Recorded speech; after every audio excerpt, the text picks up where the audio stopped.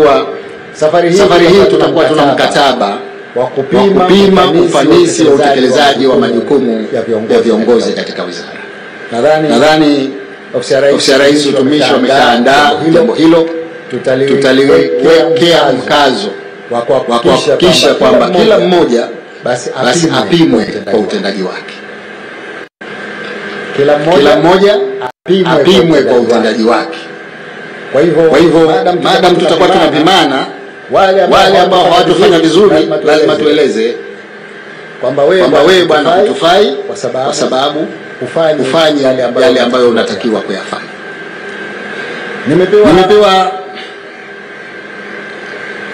pongezi nyingi baada ya kuchagua baraza, lakini vile watu wengi wamenitumia changamoto kwa njia ya message. Wakanambia tunakupongeza kwa sababu inaonekana kabisa kwamba hao waliwachagua watakusaidia. Lakini vile wakaniambia mambo mawili. Moja ni kasi ya utendaji. Wanasema tungependa kuona watendaji wenzako wana kasi kama yako. Sasa mimi hilo ninalichukulia kama napongezwa mimi kwa kasi yangu. Lakini kasi yangu lazima iendane na yenu. Kwa sababu kasi yangu peke yangu haitoshi.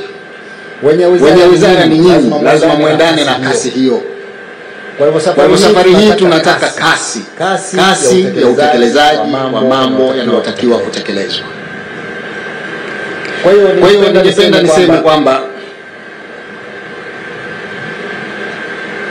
ofisi yangu na ofisi ya makamu wa pili zitakuwa wazi kwa ajili ya kupokea ushauri kutoka kwenu na kupokea au kutoa msaada wa yale ambayo yako juu ya uwezo wenu.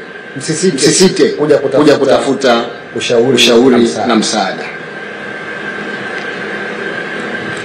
Wananchi wanapenda kuona viongozi wanashuka chini kwenda kutatua changamoto.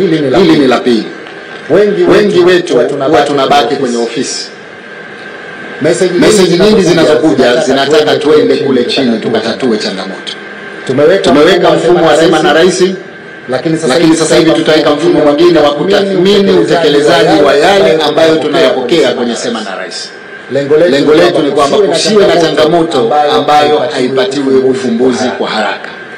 Kwa hivyo nikuombeni sana, jitahidi kutoka ofisini muende kwenye maeneo yenu ya utekelezaji kwa wananchi, kuhakikisha kwamba changamoto zao tunazitatua.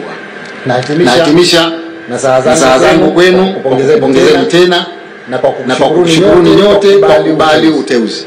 Sikumshauri hata mmoja kati yenu wakati nateua, lakini nyote mmekubali, hakuna aliyekataa kuja hapa leo. Maana yake ni kwamba mmekubali uteuzi wangu, na kushukuruni sana, na niseme tu kwamba nawatakia mafanikio katika utekelezaji wa majukumu yaliyokuwa mbele yenu. Baada ya kusema hayo, nakushukuruni sana kwa kunisikiliza. Mungu ibariki Zanzibar, Mungu ibariki Tanzania. Asanteni sana.